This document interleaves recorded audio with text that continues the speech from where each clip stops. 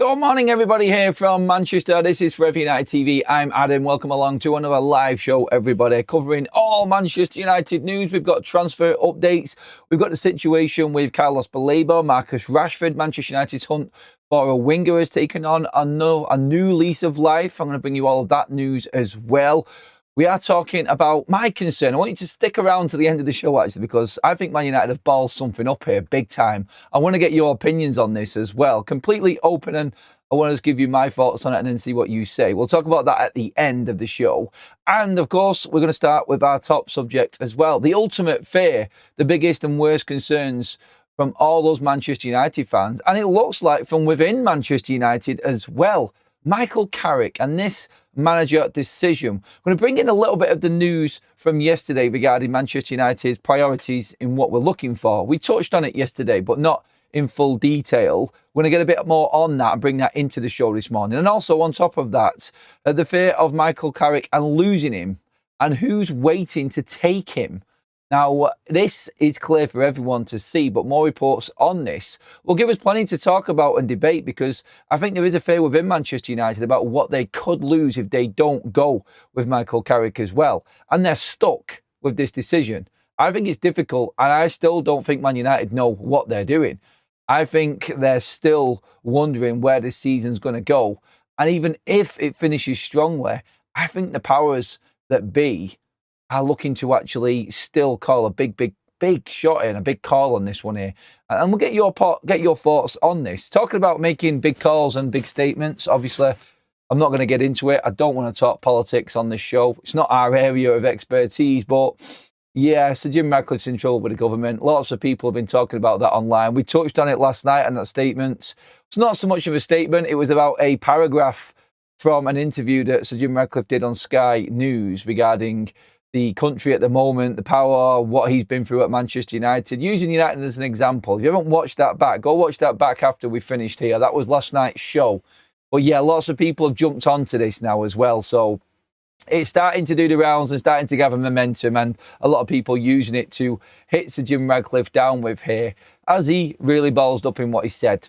Well, you make your own minds up about that. We're going to talk about football matters, and that is what Sir Jim Ratcliffe and co are going to do and decide when the end of the season comes around. Because Manchester United right now, obviously, we're in position, we're fighting, and Champions League is on the horizon. We have a dozen games left to go. I'll give you my thoughts on what I think about all of the Premier League and where it is at the moment with just 12 games to go on Adam FC later on this morning. So stay tuned and stick around for that one as well later. But Michael Carrick, the worst fear, what are we talking about? And who is looking at Michael Carrick? Well, of course, Man United. Of course he is. He's in Man United's situation now. I've banged that drum and banged that drum forever and a day. He has got more experience at Manchester United than any of the candidates that we are looking at this summer. We named 6 managers that are out of contract that have got Premier League experience that could come to Manchester United in last night's show. Pochettino, Thomas Tuchel, Glasner, Iriola, Marco Silva, and I'm trying to think off the top of my head, the other one, which is De Zerbi. Yeah, of course. 6 there. And the managerial merry-go-round this week he's in full flight, isn't it? It really is. Obviously, we've seen the news last night. Sean Dyche gone. The other day, it was Thomas Frank. 2 big clubs, big stature football clubs. And when you think about it, Michael Carrick, if he doesn't get the Manchester United job and we qualify, for instance, for the Champions League, because a lot of people are still saying Michael Carrick should not be given the job full-time if he makes Champions League football. There's lots of people out there. And I'm not just using the poor result from the other day against West Ham on Tuesday. Like, obviously, a lot of people jumped onto the negative as soon as Man United dropped points. We can't win every single game. We said that there was going to be blips along the road, and that was our first one. But when you look at the situation in the Premier League right now, the way that the managerial merry-go-round is, like I said, in full flight, and it's going 10 to the dozen, you look at it, Nottingham Forest, big club.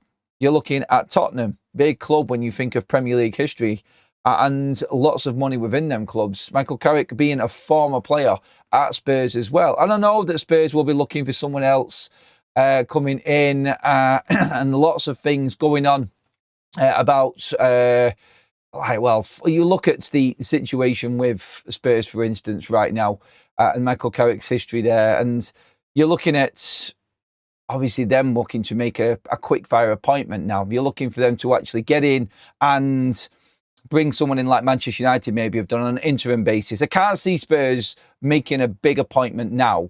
People are talking about De Zerbi. I mentioned last night that De Zerbi is wanting to wait it out. I think that's because of the Man United situation. And of course, United have already spoken to De Zerbi once, and he kind of knows the process as to Ineos hiring a manager. They kept Erik ten Hag over De Zerbi. He was spoken to at the time. So this is nothing new to De Zerbi. It's nothing new to Thomas Tuchel either for Manchester United. Thomas Tuchel isn't going anywhere near Spurs, of course, but you could see plenty of clubs looking at Michael Carrick. If he makes Champions League football, his stock is going to be through the absolute roof.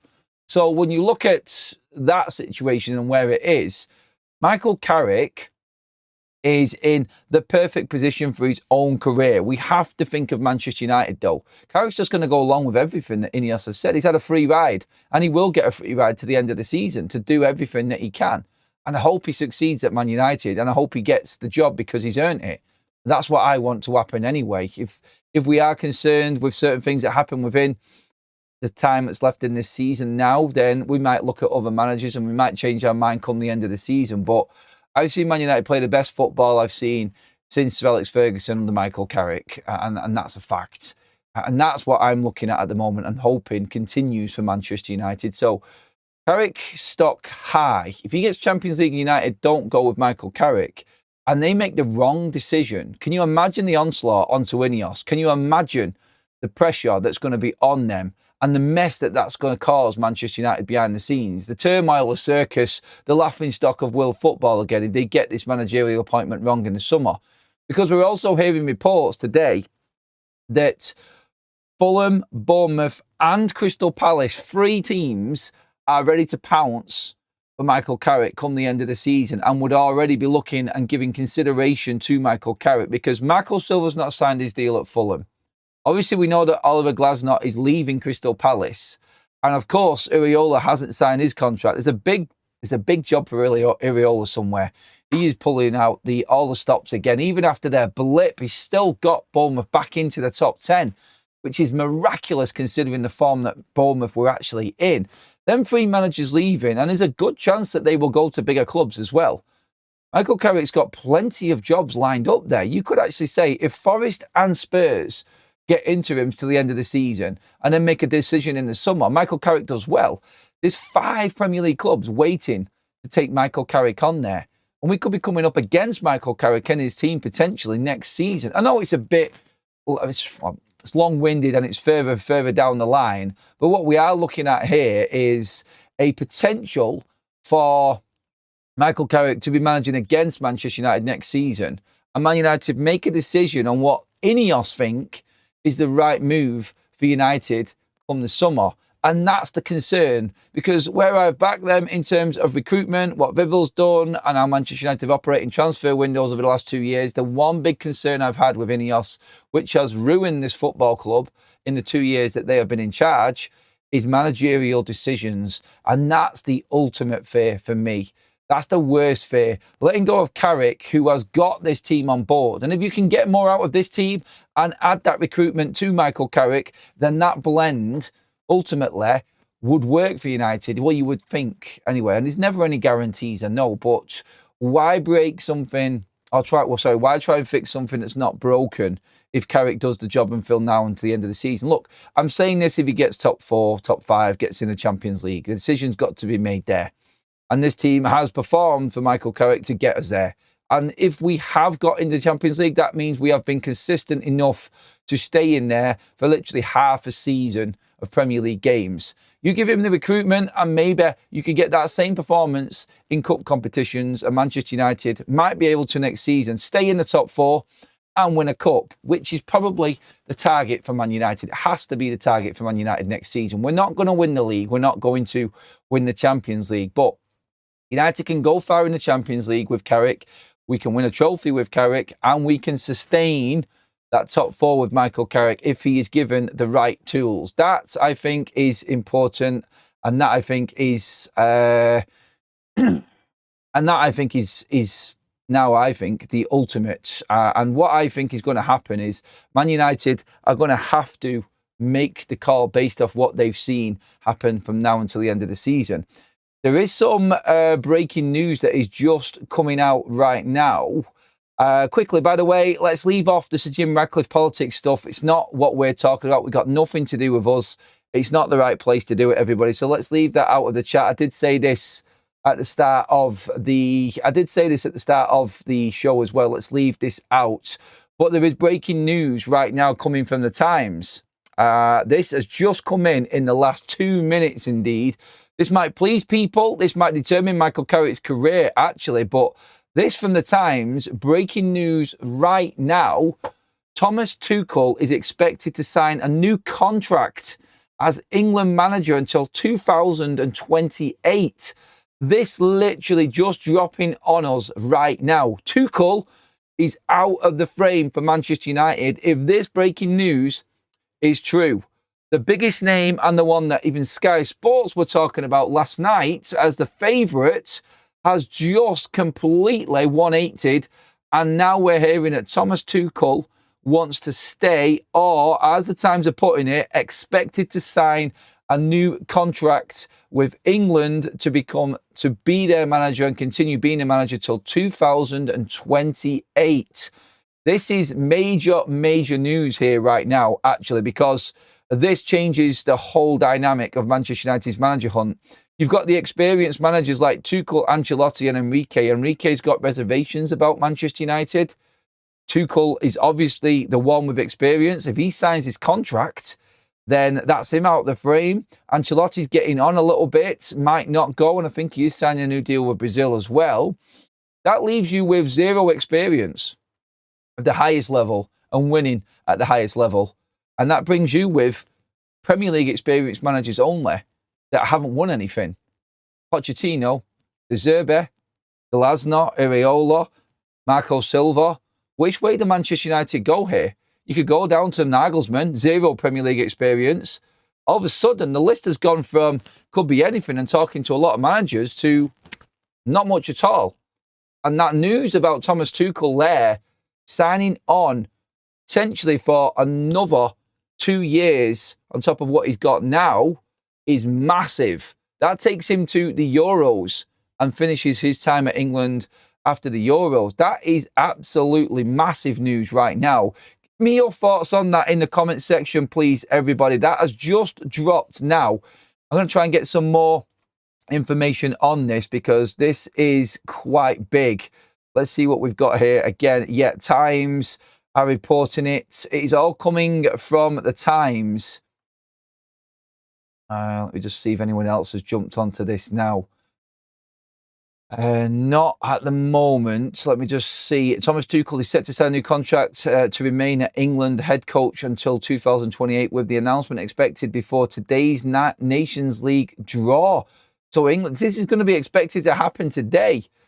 I'm just going to read some more into this. The German is enthusiastic about leading England beyond this summer's World Cup and targeting a home Euros in 2028. Of course, England are part of the Euro 2028 and could be hosting several different games.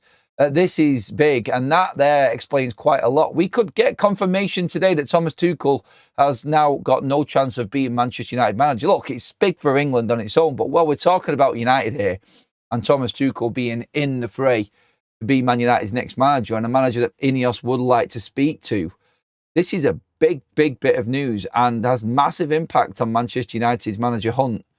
Tuchel for England, not Manchester United come the summer. That's a big name gone. You take out Enrique like we spoke about the other day. There's two big names already off. And this starts to open up for Michael Carrick a little bit more. And here's a question for you all. If there isn't the big name manager, so let's take out Enrique, Tuchel and Ancelotti, for instance. Let's take them out of the frame for the potential Manchester United's job in the summer. And then you're left with Areola, Marco Silva, Oliver Glasner, Pochettino, Roberto De Zerbi, 5 Premier League managers there, let's say, with loads of Premier League experience. Obviously, I said before, none of them have won a trophy. Glasner has obviously won the FA Cup and the Community Shield. Sorry, I got that bit wrong. But obviously, Glasner's stock is really low at the moment with what's happening to Palace. How they lost a 2-0 lead to Burnley last night gives me concerns alone with Glasner right now. I don't know what's happening with him and Palace. But them 5 managers, would you have them 5 or Carrick? And that's the question that's going to be asked. And I know we can't decide that yet because we're 5 games into Michael Carrick's interim period as Manchester United head coach. And come the end of the season, if Carrick gets top 4, let's just say that. Carrick gets top 4, would you take him above them 5 managers? I don't want Pochettino anywhere near Manchester United. I don't care about the feel-good factor. I don't care about what he brings and that happy chappy type of feeling, the experience that he's got. He's a serial failure, in my opinion. Yes, he got that Ligue 1 title. Who doesn't get that at PSG? He isn't good enough. He's a journeyman manager that has been everywhere and not done anything anywhere. And again, he's where he is now because no one else wants him in world football, in my opinion. I might be a bit harsh on him there. Like, I don't mind the guy, but I don't want him being Man United manager. And then you're left with the other 4. Iraola, Glasner, Marco Silva, and, of course, De Zerbi. They're the next level down. Are they level with where Michael Carrick is right now? Is probably the way I would ask that question. And that, I think, is massive. So if you are just joining us now, we have just switched our focus there to the news which has just broke, which is Thomas Tuchel, according to the Times, is not going to be Man United manager because he's about to sign a new contract till 2028 with England. And the Germans are coming back to England because they want to keep him for the 2028 Euros. So massive news here. And it is going to be, I think, talked about quite a bit here in Man United quarters, as well as England, of course. And let me know from the England perspective as well, people, while we're at it. I mean, is he the right man to lead our nation forward? If you are an England man and you're in the chat and you think that that's the right move, get in there and tell me, everyone. I know there's lots of people that are not England and who really don't care.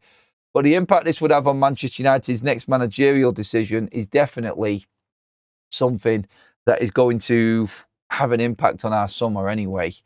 As long as Steve Holland stays at United, I wish Carrick well, says Mane. Keep Michael Carrick, he's saying there. Let's get some more thoughts on this.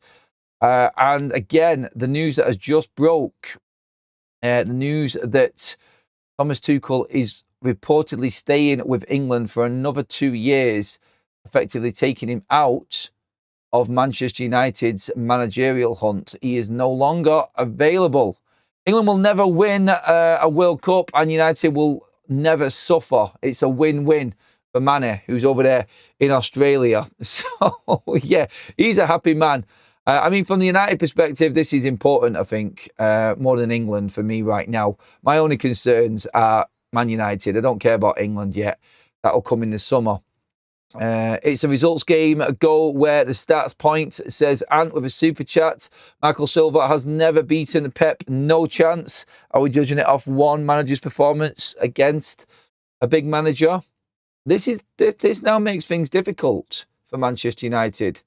A Poch 100% going to Spurs, says Block. I would love it if that happened. Get him back to Spurs. Interim him. Bring Sam Allardyce in to save Spurs from relegation and then bring Pochettino in the summer. And there's your plan there, Spurs fans. Adam, who do you want in next? I just said it then. I am happy with Michael Carrick if he gets top 4. Over everyone else that's available, I would keep Michael Carrick. If he makes top 4, obviously, he's going to keep the job. If he doesn't make top 4, with the games that we've got left and obviously the scenario which has developed itself now, I think he will. To be honest, I think he really do. I am confident that Carrick will make top 4 this season. And if he does, then now that Tuchel's gone, Tuchel was my other pick. I would have taken Enrique, but he's given himself a bit of a wide berth for Man United at the moment. So yeah, I would go with Carrick above all of the others. No problem at all in making that decision for me. If that's what we've got left and we can't get anyone else out, don't get me wrong. If United want to really go in and say, we're making an impact here, and go and paying Unai Emery out of his contract at Aston Villa and bringing him to Man United, that would still be my top pick. I would do that. If United wanted to spend money and are not looking at the cheaper option, Emery all day long. Emery's ahead of Tuchel, Enrique, Ancelotti, and everyone. That's where Emery is for me. I've just never talked about him because I don't see it being realistic. But if you wanted to make an impact and you wanted to convince this United fan base that you are taking this serious and you want Manchester United to be competing for the highest honours, Unai Emery from Aston Villa would be the way to go. I am a realist. I don't see this happening, though.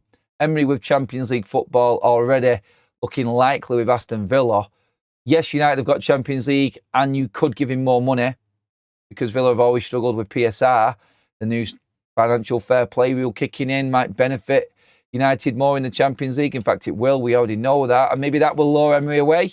Look, that's my pick anyway. Go and spend the money on the top manager. Everyone talks about spending money on the right players.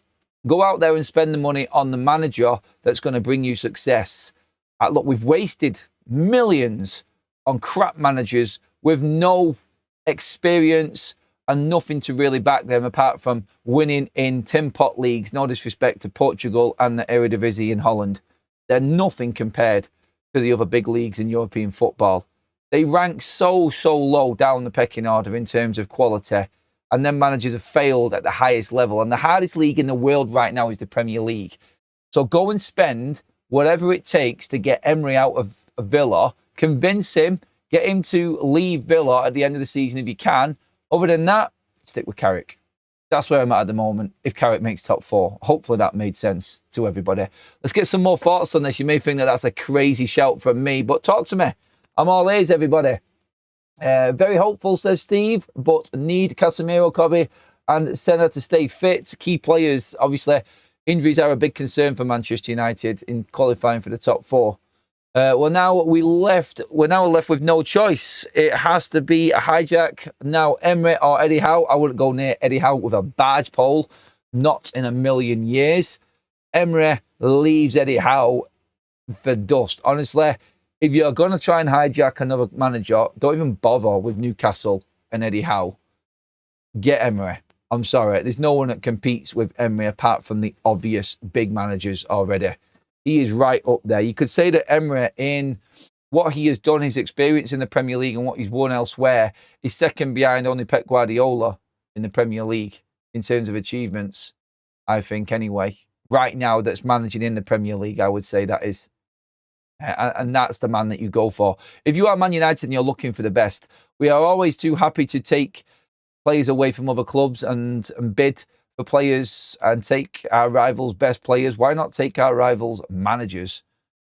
I think that could be done. You could promise Unai Emery a lot more money than what he would be getting at Aston Villa if we got Champions League, of course. But then again, if we got Champions League, Michael Carrick's in there, isn't there? You see where I'm going? Which way would you go then? I think it would be between Carrick and Emery to take the Man United job, I think, in the summer, if we got Champions League football, because I think that might just be enough to lure Emery away. But then again, I do think that Villa will do everything in their power to try and keep hold of Unai Emery. And why wouldn't you? I mean, Villa were lucky last night as well. That could have been them dropping again, but late win, big moments in seasons. Cal says Poch or De Zerbi will be at Spurs by the weekend. I don't think De Zerbi will do it. And Poch has got the America job, so I can't see him going either, mate. I think there'll be an into him. I hope they take someone like Tim Sherwood. Can you imagine? Tim Sherwood back in management? Oh, my God. Try and salvage Spurs' season because they're in a relegation fight. No matter what anyone is saying, they're there, aren't they? They're in a relegation fight. Stephen Brown says, no chance Adam Emery likes to run the whole football side and Glinios won't let him. Well, it depends how much money Ineos are willing to spend on certain players. Because let's be honest, Villa give Emery the run of everything because they haven't got any money to spend. And they'll try everything they possibly can to not spend money on him because they can't afford it with PSR. So the scenario might change yet. But that would... Look, I said it before, I'm being real. I don't see Villa letting Emery go, and I don't know if Emery would take the job. But if you are Man United and you want the best, and you want a character, someone with experience, which is what is being said that we're looking for, then Emery is the one to go for. I can't believe I'm agreeing with Adam. Emery all day over Tuchel. Ah, you always agree with me, mate. You just subtly hide it. Cheers, man. But and look, there's no one better than Emery in the Premier League apart from Pep Guardiola. They're the facts. He's a top elite manager who has turned clubs around and turned them into real forces as well. And he's won European trophies. And he's got a knack of winning European trophies. I would love to have Emery in charge of Manchester United going into a Champions League. I would absolutely be buzzing with that. If you're willing to spend big, you get Enrique. If not, keep Carrick. The players will want Carrick. I would take Emery over Enrique. There's a statement. I would take Unai Emery over Luis Enrique all day long because he's got that experience, and that's big. I think Emery would have done just as good a job, I think, at PSG as Enrique has. Another big statement, I know. I think he's that good a manager. I really rate Emery. In my opinion alone, you can shoot me down all you want, obviously.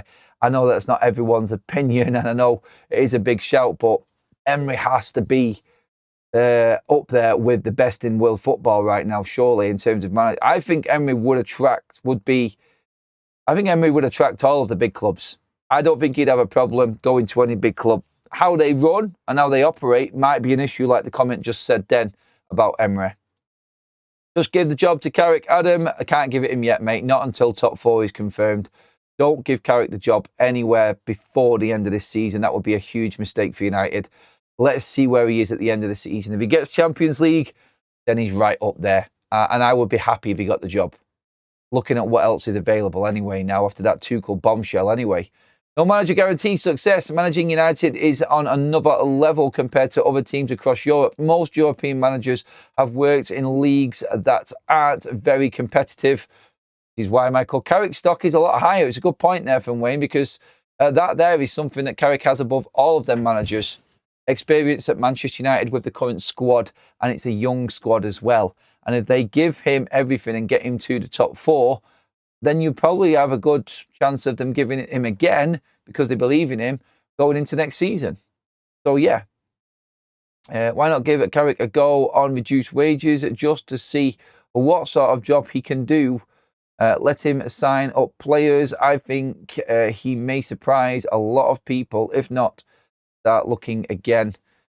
Not giving him the job right now. That's what we're saying anyway. Look, keep them comments coming in on the managerial debate, please, everybody. Going to move the story forward and talk. That's Carrick touched on, and that is Tuchel out of the way. We'll talk about that more. Carlos Baleba taken off. I put a tweet out last night saying Brighton are on another planet when thinking that anyone is going to pay 100 million for Carlos Baleba. I got the usual responses that you would get from thickos saying he's on a yellow card.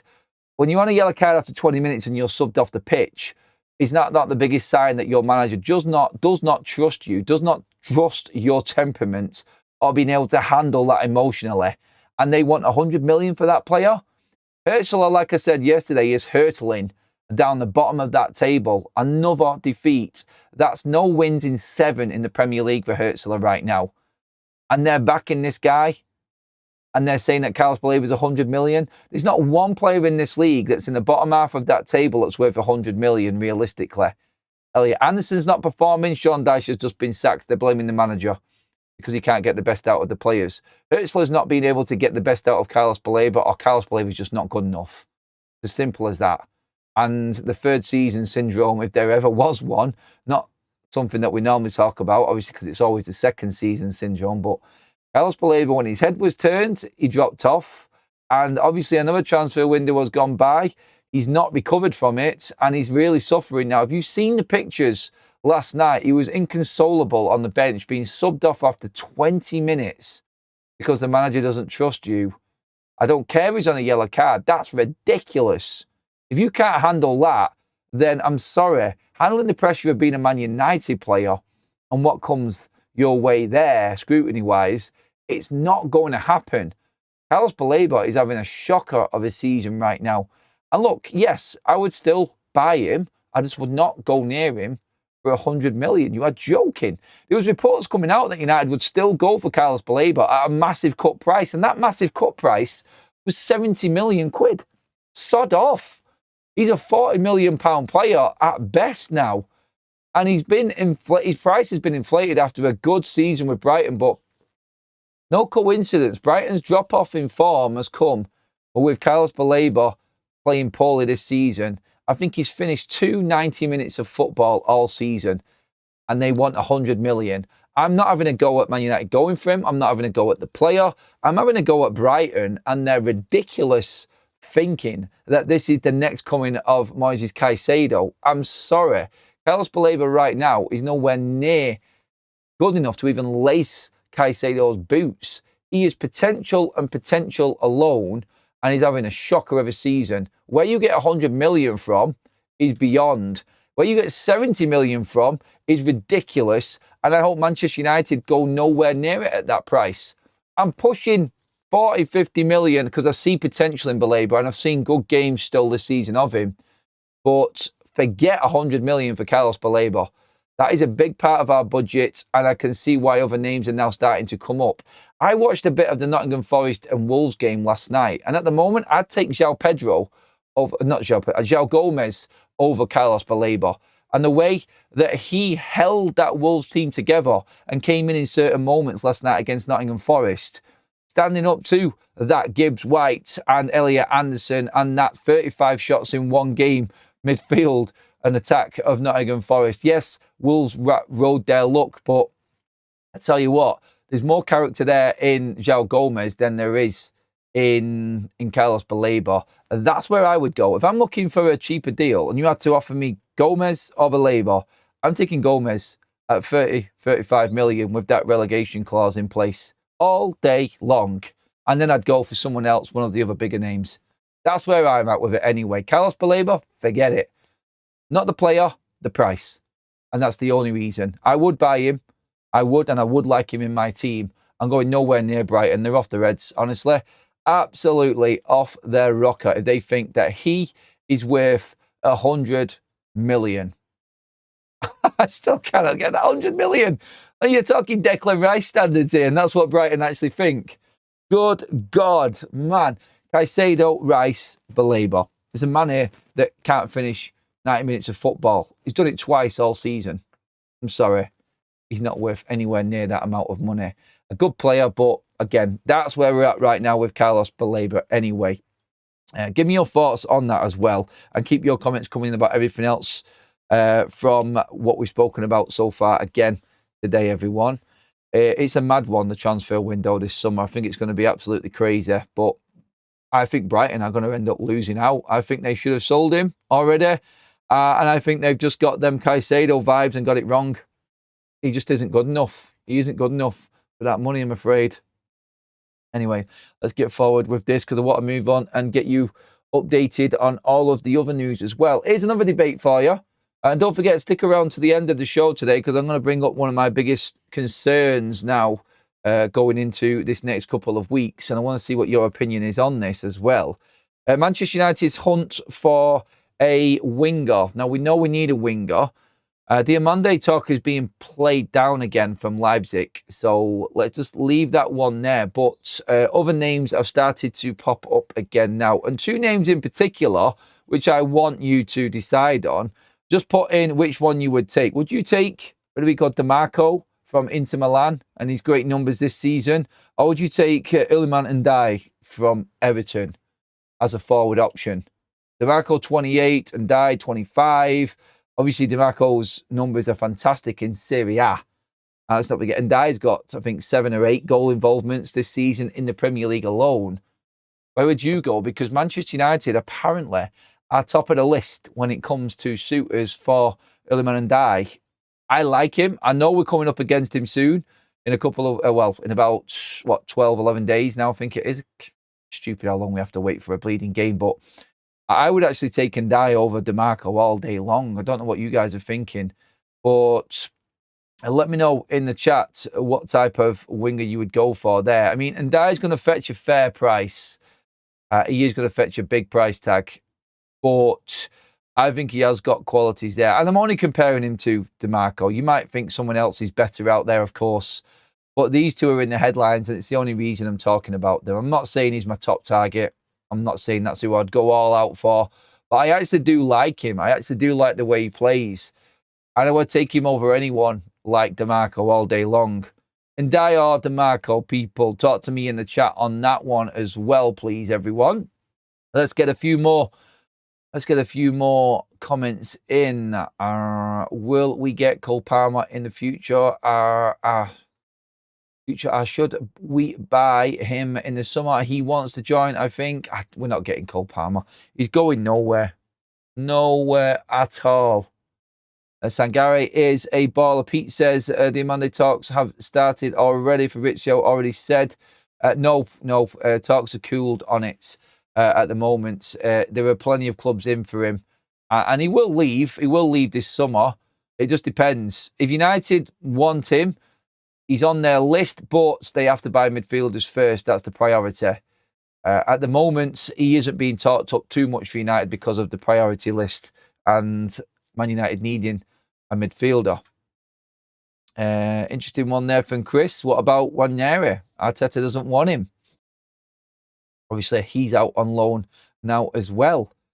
Stephen says, I personally wouldn't go for any of them. Use Lacey off the bench for now and to the end of the season. Get him ready for next season. Look, Lacey's there. You've obviously got Dargu as another winger. If we go and buy a fullback, for instance, then you've got Dargu and Lacey, you could say, as other wide players. Mbumo, Dargu, Lacey, Ahmad. You've got Cunha who could be wide. Cunha can play 9. Mbumo can play 9. Is that the way United go? And pile all of their money in? Pile all of their money into midfield? Could be. And Dye looks a very good player to me. Look, I think he's excelled this season. I think he's going to be he's definitely going to be a thorn in Man United's side come that game against Everton soon. Ken says, I agree with you 100%, Adam. Rodgers looks like he's meant to be a United player, but another 10. Could he be the replacement for Bruno in the future? You never know. You never know. See what else we've got in here as well. Lots of people having their opinions on the wingers. No way United will go for DeMarco. He's 29 in November, so that dog ain't playing at United. No, like I said, I don't see it. I mean, DeMarco was linked to United last season as well, and he doesn't fit the profile of player that Ineos go for. There's no future in it. All depends what price you get him for. If he's cheap, then Ineos might go for it, but I doubt it. I'm with everyone else. I just don't think Manchester United would go for him. That news was out actually on DeMarco earlier on, before the game on Tuesday. So, yeah, that is a little bit old, but I brought him up because the Ndai link is a more realistic one. Ndai being 25, Premier League experience, good season this season. I think you know what you're getting with him. But I think the most realistic comment we've had there, I think it was Stephen who said, just stick with Dargu and Lacey. And you've got Ahmad and Mbumo and Cunha who can also play in them wider roles as well for United. Why not? You got JJ Gabriel coming through the ranks. If you keep hold of him, could potentially be the next best thing. You never know. Maybe United should be looking at fullbacks, like we've said before, instead, and piling all of our efforts into midfield. Then maybe bring in another older-ish type of centre forward. You never know. You never know. I mean, looking at it this way, I mean, Dusan Vlahovic is a free agent in the summer. I wouldn't mind him as a backup. Just saying. Just saying, you know what I mean? He's there, and of course, I think Manchester United should be looking at players like that. If you're looking to have Sesko as your number one, Dusan Vlahovic in there on a free agent as well as another option for United off the bench. If you're selling Xerxes, for instance, I would rather have a Vlahovic on the bench, to be honest. I think he would be a threat for Man United. Sesko and Vlahovic, then you go all in midfield. Look, there are lots of options come the summer. Lots of options. And if you are looking to be clever and you might have to spend more on midfielders, get a fullback, get a striker, spend everything that you've got in that midfield, and then maybe, because the next story coming out is an interesting one, and Babs mentioned this last night, the link with Manchester United and Barcelona with Marcus Rashford and the swap potential for Marcus Rashford. Now, obviously, we know about Marc Casado being a midfielder and a bit of a different type of player for Manchester United being an option if Barcelona want to offer him for Marcus Rashford. Ronald Araujo as well, for the Uruguayan centre-back. That name's not been brought up before. You would have heard the name because he was linked with Manchester United heavily under the Eric Ten Hag days when United were looking at centre-backs. Now, he is having a tough season through mental health problems and has started about 20 games. This is a captain or former captain of Barcelona. I don't think he's featured in the last 10. He's not injured. He's just going through a really bad time in his personal life at the moment. And he is suffering a bit from depression and mental health problems and could be an option for Manchester United if Barcelona are willing to let him go. That's just a story that's come about, again, from a couple of websites this morning. Obviously, it's more in line with Marcus Rashford rather than United going out for Araujo. I don't think it's anywhere near realistic for that to be happening. But again, Barcelona and what they're willing to do, I mean, who would you take that's realistic from Barcelona to Manchester United if they couldn't afford Marcus Rashford and the move was being determined by, let's say, Marcus Rashford? He only wants to go to Barca and he digs his heels in. To get out of this deal, would you take anyone from Barcelona at the moment? I mean, Casado is the better option, obviously being the midfielder. He has played a few times this season for Barcelona, so it's not like he's a bit part and we don't know what he's about. He has got qualities and he is a very, very good player. And if we are looking for midfield options and we can bring one in for nothing, then maybe that helps United. Look, I don't want to just take make-weight players. I made this point last night. Anyone who's been offered as a Part X is usually a player that isn't good enough for that team that you're buying off. And if you're Manchester United, yes, you could say Barcelona are better than us right now. And probably players that they're not using are better than what we've got in the squad. I mean, would I take Casado over Manuel Ugarte? Yes, I would. From what I've seen of him, I think he's a better player and he's better for what Michael Carrick would want to do with the team in terms of the way he wants to play. So, yeah, there are lots of different options for Manchester United to look at. And there are lots of ways that we can navigate around this transfer window. For instance, if you go to Casado or Baleba, Casado costing nothing because we're taking him with Rashford, and Baleba costing 100 million, which way would you go? They're the situations and scenarios that are developing right now. And obviously, look, we're talking about this and looking at it and debating it as fans. You can imagine what's going through Manchester United's recruitment team and their heads right now. As soon as Sir Jim Radcliffe gets wind that Carlos Baleba is going to be 100 million, you can forget about that transfer. It's not going to happen. And he was a top target, like Romano said, under the Ruben Amorim era. Now, managers might not have a say on all transfers, but there was definitely an impact from Ruben Amorim, and there was something there that was bringing Carlos Baleba to Manchester United, and it was because of, obviously, Ruben Amorim. And I thought the profile, the age of the player, everything fitted for what Ineos wanted in that deal as well, let's not forget. So that was an easy one in terms of everyone agreeing on a transfer. I don't think it's the same now. I don't think Michael Carrick would be going out of his way to bring in that player. You look at it and what he's got. I think if you're looking at it right now, the better deals could be Casado, could be Hayden Hackney, could be these types of players rather than Carlos Baleba in midfield. Cheaper and of the right age and profile and not costing the club any real money or going deep into the finances that we've got available to us. So, yeah, there were plenty there. More comments coming in, including a super chat in there from JE4814. Thank you very much. Carlos was never a 100/70 million player, even before the drop-off. And Carlos being subbed after 20 minutes has nothing to do with his temperament. He just doesn't want to be at Brighton, and that's it. Well, that's the type of player that I don't want as well then. I think it has got to do with his temperament, mate, in that game. I disagree on that one, pal. Thank you for the super chat, matey, but it is a temperament thing. If he start in the game, then Hurtzler trusts him to start. But if Hurtzler doesn't trust him on a yellow card in that moment, with them now hurtling towards that relegation zone, then that's a temperament issue. Can't deny that. And why would you bring a player off after 20 minutes? Why? Because his head's gone. That's basically what we're talking about. If he hasn't got that temperament to handle that situation, you bring him off. And that's a major concern for me, because he is going to get scrutiny beyond what he knows. And we know this. We know this with players that we brought into United. And when they hit United, they struggle because they can't handle the pressure. Happens with managers and players. They just don't realise how big it is. Where's the as you actually, Sean put a super chat in. Sorry. Oh, yeah, there it is. There's a few that I've actually missed on that. I must have been going on one of my Adam rants. Sorry, everybody. Ant says, Daesh now sacked. Who will be next? Well, I don't know. Sean is in there with a super chat. Thank you, matey. If Emery comes, do we have to have his number 2? The geezer with long hair and beard who looks like a primetime BG. See you at Palace, Adam. I know. He's a set-piece coach.